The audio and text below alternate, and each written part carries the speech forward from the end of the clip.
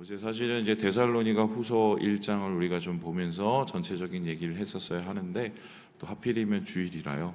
요 얘기는 따로 모아서 수요일 날 저녁 기도 때 우리 하도록 하겠고요. 뭐 대략적인 얘기를 조금 해보죠. 데살로니가 전서가 있고 후서가 있다면은 이거는 똑같은 사람이 똑같은 곳에 편지를 했다는 소리죠. 그러면은 이 데살로니가 전서를 쓴 다음에 얼마 있다가 이 데살로니가 후서를 썼을까? 학자들은 여기에 대해서 어떻게 생각을 하냐면 1년이 채 안 됐을 것이다 라고 생각을 합니다. 그러면은 편지 보낸 지 1년도 안 됐는데 뭐 그 당시가 지금처럼 카톡하는 시간도 아니고 들고 가서 사람이 전해야 되잖아요. 그리고 무슨 뭐 집배원이 있었던 것도 아니고요. 그러면은 왜 굳이 또 1년 만에 편지를 썼을까? 한번 생각을 해본다면 첫 번째 편지를 보냈는데 거기에서 뭔가 아직도 해결나지 않는 문제가 있거나 더 악화가 됐기 때문에 편지를 썼을 것이다. 이렇게 우리는 예상할 수 있겠죠. 아니나 다를까 오늘 말씀을 보니까 그 문제점이 아주 여실히 드러나는데요. 그것은 다름이 아니라 종말에 관한 이야기 때문입니다. 우리가 지난주에 했던 데살로니가 전서를 한번 돌이켜 봅시다. 이분들이 이제 오해를 하고 있었죠. 어떤 오해입니까?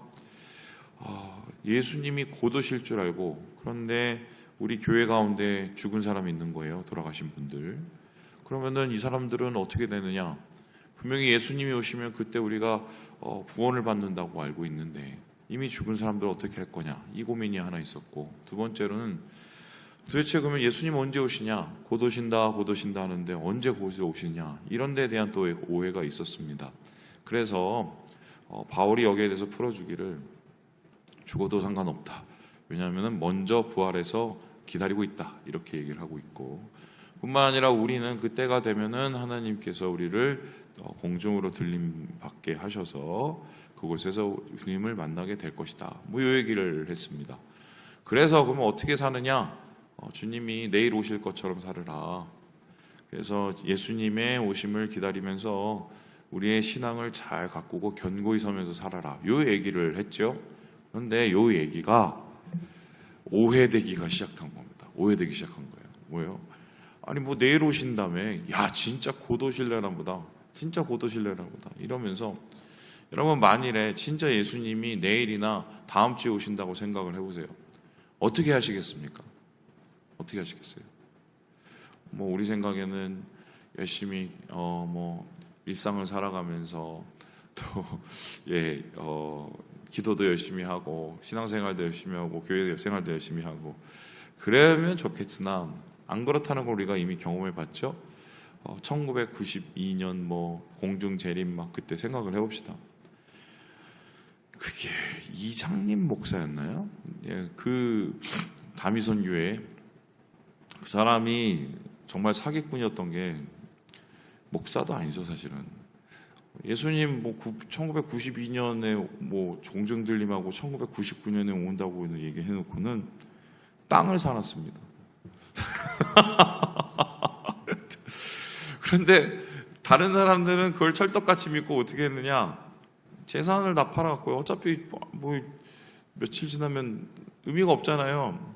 이걸 가지고 헌금을 하거나 심지어는 애들 학교 안 보내고 야 너 학교 가봤자 뭐해? 이게 휴거 돼야지, 공중 들림 받아야지 이러면서 소위 말해서 애들 그 교육도 안 시키고 일상이 완전히 엉망진창이 됐거든요. 그 일이 지금 데살로니가 교회도 똑같이 일어나고 있는 겁니다. 그러면은 왜 바울의 그 이야기를 그렇게 왜곡해서 들었을까? 여기에는 몇 가지의 문제가 있었었는데 첫 번째, 고난이 너무 심해진 거예요. 박해가 너무 심해지는 거예요. 그럼 이 박해는 도대체 무엇일까 한번 생각을 해본다면 이 당시의 상황을 생각해 본다면 당시에 기독교에 가장 반감을 가진 사람들이 두 부류가 있었습니다. 이 첫 부류가 뭐냐? 유대인들이었어요. 유대인 입장에서 보면은 기독교인은 어느 날 갑자기 무슨 예수라는 작자가 나와갖고 율법을 완전히 막 뒤집어 버리고 혁명을 일으키고 뭐 이런 사람들처럼 느끼는 거죠. 자기의 전통적인 생각과 신앙을 완전히 뒤집어 버릴 이상한 인간들. 그래놓니 지금도 여러분 믿으실지 모르겠지만 유대인 랍비들은 매일 기도문을 가지고 기도를 하거든요. 근데 그 기도문에 뭐가 있는지 아십니까? 이게 진짜인데요. 기독교인 죽으라는 저주 기도문을 합니다. 있어요, 아직도. 이 사람들이 반감이 있고, 또 그렇게 된 이유 중에 하나가 뭐냐면, 역사적으로 이 유대인들이 유럽이나 혹은 뭐 이 모스크바니 이런 동구권에 가서 되게 핍박을 받고 살았거든요. 그 핍박을 받고 살았던 이유가 뭐냐면, 니네들 예수님 죽인 민족이잖아. 뭐 이것 때문에 이 사람들이 엄청 고생을 했어요. 심지어는 유대인들이 왜 돈놀이를 했느냐? 이 베니스 상인 보면 막 돈놀이 많이 하지 않습니까? 그 이유가 유대인한테는 땅도 안 팔았습니다. 땅을 안 팔으니까 할 수 있는 게 돈이나 금딱지 가지고 하니까 귀금속집하고 돈놀이하고 이랬던 거예요. 그러니 어느 날 반감이 있겠어요. 이제 그러면서 이제 죽으라 이렇게 그렇게 기도를 하니 유대인들이 되게 심각하게 이때도 탄압을 했죠. 두 번째는 이 초기 기독교인들을 탄압한 부류가 누구냐면 흥미롭게도 황제 숭배를 하는 자들이었습니다. 이 당시에는 로마 황제가 신성시되는 사람들이에요. 우리는 여기에 대해서 굉장히 익숙하죠? 우리 바로 윗동네 분 보면, 요즘엔 진짜 황당한 게, 지 애를, 몇 살짜리 애, 그 사춘기 한참 막, 꾸미고 다니는 애를 데리고 나와갖고, 중국에 데리고 가고, 어디 데리고 나오고, 그러면서 이제 또 좀 있으면 어떻게 우상화시킬지 참 재밌죠? 그렇게 그 당시에도 황제를 숭배하게 해서 황제를 섬기게 만들었습니다. 우리는 또 예전에 또 신사참배도 경험을 했고요. 그래 놓으니 기독교인들은 황제 숭배를 안 했단 말이에요. 황제 숭배를 안 하면 어떤 거냐? 저거 황제한테 충성을 안 해? 그럼 저거 우리 배역자들이네, 배반자들이네, 배신자들이네. 이러면서 기독교인들을 탄압을 하기 시작을 하는데 이런 탄압이 너무 심해진 거예요. 그러니까 마침 생각을 해보니 옛날에 어디서 들은 것 같아. 뭘 들었느냐? 야, 마지막 때 예수님이 오실 때가 되면은 막 대단한 대환란이 일어난대. 야, 지금 봐. 이거 뭐 사방팔방에 지금 다 우리를 죽이려는 사람이잖아. 그리고 또 한 가지 더 들은 게 있어요. 그게 뭐냐면요. 마지막에 불법의 아들, 한마디로 적그리스도가 나타난대. 그래서 적그리스도가 세상에 진짜 예수 믿는 사람들을 다 힘들게 하고 죽이고 막 그런데, 야, 저기 봐, 저 황제, 저 인간, 저거 적그리스도 아니야? 이러면서 이거 봐, 다 딱 맞아 떨어지잖아. 야, 그 바울 선생님도 내일 온다고 그랬는데 진짜 고도실래나 보다. 이렇게 된 겁니다. 그리고 여기에 더 기름을 끼얹는 일이 있었어요. 그게 뭐냐? 우리 함께 2절의 말씀을 같이 한번 읽어보도록 하겠습니다. 시작. 영으로나 또는 말로나 또는 우리에게서 받았다 하는 편지로나 주의 날이 이르렀다고 해서 쉽게 마음이 흔들리거나 두려워하거나 하지 말아야 한다는 것이라. 이거 되게 핵심적인 얘기인데 여기에 편지 얘기가 나옵니다. 우리에게서 받았다 하는 편지. 그렇죠? 자, 그러면은 이 우리에게서라는 것은 바울을 뜻하고 바울에게서 받았다 하는 편지. 이 편지는 바울도 안 썼는데 어떻게 나타날까요? 그렇죠?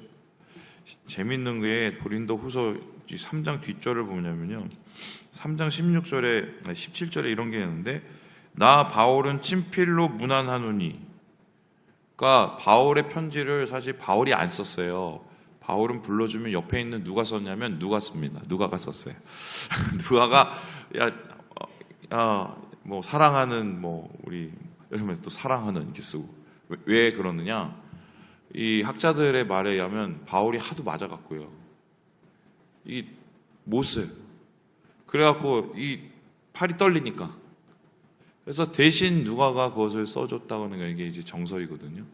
그럼에도 불구하고 바울이 자기가 그 떨리는 손으로 친필로 마지막에 서명하듯이 쓴 이유는 뭐냐면 짝퉁 편지, 가짜 편지들이 돌아다녔기 때문입니다. 그럼 가짜 편지들이 왜 돌아다녔을까? 자기들의 말을 정당하게 하려는 세력이 있었기 때문이죠.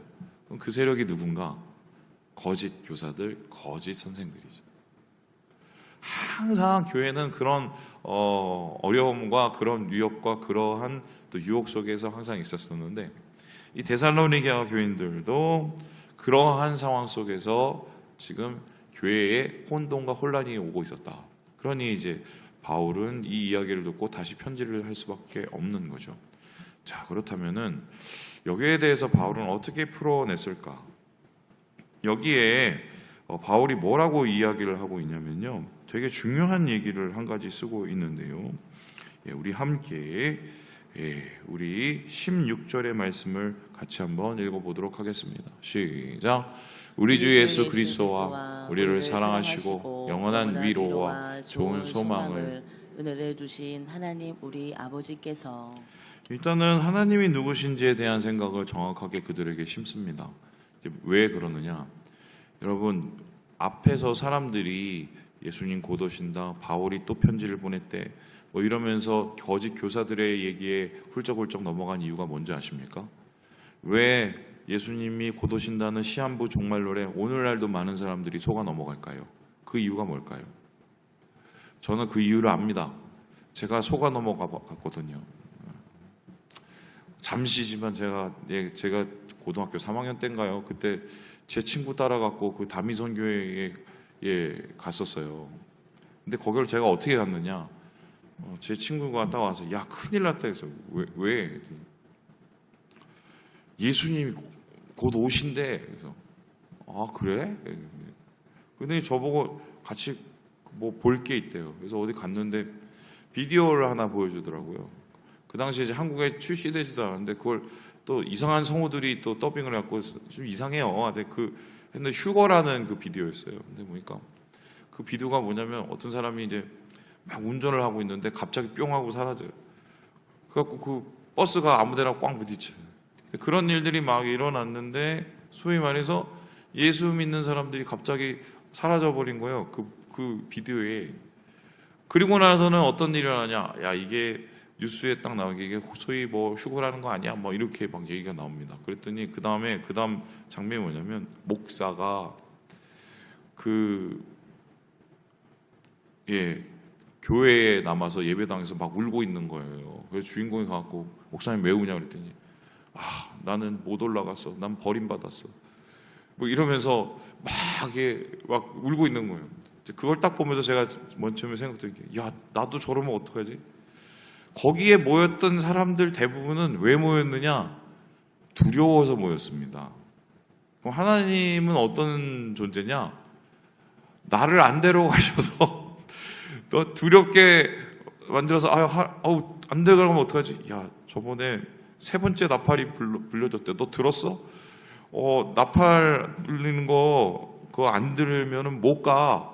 막 무서워지죠? 어떻게든 뭐라도 나팔을 들어보려고 막 두려움이었어요.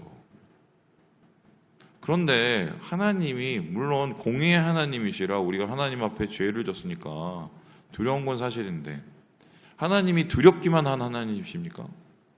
두렵기만 한 하나님이면 왜 예수님을 이 땅에 보내주셨습니까? 예수님이 이 땅에 오신 이유는 하나님의 은혜와 사랑을 나타내시기 위해서 보내주셨죠. 내가 내 힘으로, 내가 내 삶의 모습으로 주님 앞에 나아가면 사실은 뭐 지옥밖에 갈 수가 없는데, 은혜를 보여주시고 우리를 구원하시기 위해서 예수님 보내주신 거잖아요. 사랑의 하나님이시고 위로의 하나님이시고 은혜의 하나님이시잖아요. 지금 이 데살로니가 교인들이 착각하고 있는 것 중에 하나가 바로 가장 큰 게 그거였어요. 하나님이 네가 생각한 것처럼 그렇게 두려운 분이 아니야. 너희들은 예수 믿는 사람이잖아. 그럼 예수 믿는 사람은 하나님의 위로와 소망과 은혜를 가운속에 품고 구원의 확신을 가지고 어떻게 살아야 됩니까? 여기 15절에 이렇게 얘기를 하죠. 한번 보실까요? 형제들아, 어떻게 하라고요? 굳건하게 서라. 예수 믿는 사람은 환난과 유혹 앞에서 굳건하게 섭니다. 굳건하게. 여러분, 여기서 굳건하게 서라, 뭐 stay firm 이렇게 얘기하는데, 이것을 아마 얘기를 들었으면 이 데살로니가 교인들이 생각나는 게 한 가지 있었을 거예요. 이미지가. 그게 뭐냐? 옛날에 로마 병정의 모습입니다. 옛날에 로마 군인들이 어떻게 싸웠느냐?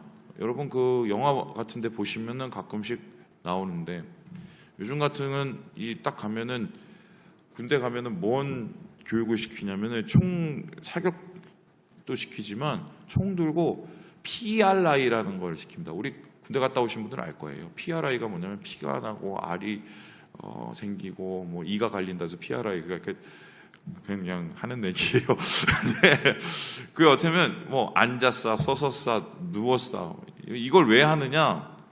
어떻게든 총을 안 맞아야 되니까요. 그래서 이렇게 피해서 이렇게 엄호하거나 아니면 은폐하거나 이러면 엄폐라고 그러는데 그러면서 이제 그 사격을 하도록 만드는 게 이제 PRI 훈련이거든요.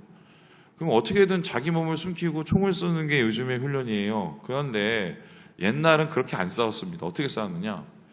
대열을 이렇게 딱 이렇게 정해서요. 방패를 딱 들고 진격하면 그냥 뭐 화살이 날라오든 뭘 하든 그냥 무조건 나가는 거예요. 그리고 어느 이제 지점이 서면 뭐 차렷 이러면 거기에 적이 오든 뭐가 도끼가 날라오든 그냥 서 있어야 됩니다. 그게 그 당시의 전투 방법이었는데 오늘 굳게 서라는 이 말이 바로 그거예요. 그럼 예수 믿는 사람은 계속적으로 뭐 불법자들의 혹은 황제에 숭배하는 사람들의 혹은 유대주의자들의 끊임없는 핍박과 그다음에 이 거짓 선생들의 유혹 앞에 서게 되지만 어떻게 해야 되느냐? 두려워해서 마음이 흔들리고 요동하는 게 아니라 어떻게 하라고요? 굳게 서야 된다는 거예요. 어떻게 하면 굳게 서느냐? 자, 로마 군인들이 어떻게 하면 그렇게 굳게 설 수 있었습니까? 이런 거 아닙니까? 짜놓은 약속이죠. 우리가 이렇게 서 있으면 뒤에서 알아서 우리를 도와줄 거다. 그리고 다 작전을 가지고 이것을 하니까 우리가 함께 싸워서 이길 거다라는 그런 확신을 가지고 그 자리를 지켜내는 거죠. 그리고 실제적으로 그러한 로마 군인의 싸우는 방법이 그 당시엔 최신식 방법이었거든요. 그리고 그걸 가지고 어떻게 보면 세계를 평정한 게 로마인데 지금 예수 믿는 사람들도 그러한 바울이 전해준 말씀과 복음과 하나님에 대한 생각과 또한 마음속에 깊은 믿음을 가지고 굳게 우리의 자리를 지키면서 복음을 지켜나갈 때 그때 하나님께서 그들을 함께 해주시고 역사해 주신다는, 그러니까 한마디로 이 표현을 한마디로 표현하면 오늘을 주님과 함께 이겨내고 견뎌내는 그 일상을 살으라는 소리예요. 일상을. 제가 뭐 그런 얘기 가끔씩 하지 않습니까? 오히려 순교하는 순교하기 되게 어려운데 물론 이제 막 주기철 목사님처럼 막 뭐 얻어맞고 막 어렵죠. 어려운데 막 순식간에 순교당하는 건 쉬울 수 있어요. 그죠?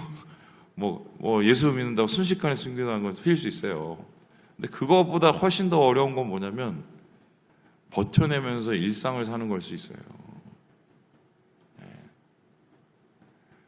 오늘의 일상 속에서 그 믿음 흔들리지 않고 우리를 위로하시는 성령 가운데 오늘을 버텨내는 게 그게 훨씬 어려울 수 있습니다. 데살로니가 교인을 향해서 그걸 하라고 얘기합니다. 왜요? 그게 진짜 예수님의 다시 오심을 기다리는 진짜 성도들의 모습이기 때문이다. 이 얘기입니다. 말씀을 마치겠습니다. 우리 사랑하는 여러분, 주님의 오심을 기다리면서 오늘 일상을 굳건하게 믿음으로 지켜나가시는 하루 살아가시는 우리 모든 형제 자매들 되시길 주님의 이름으로 축원합니다.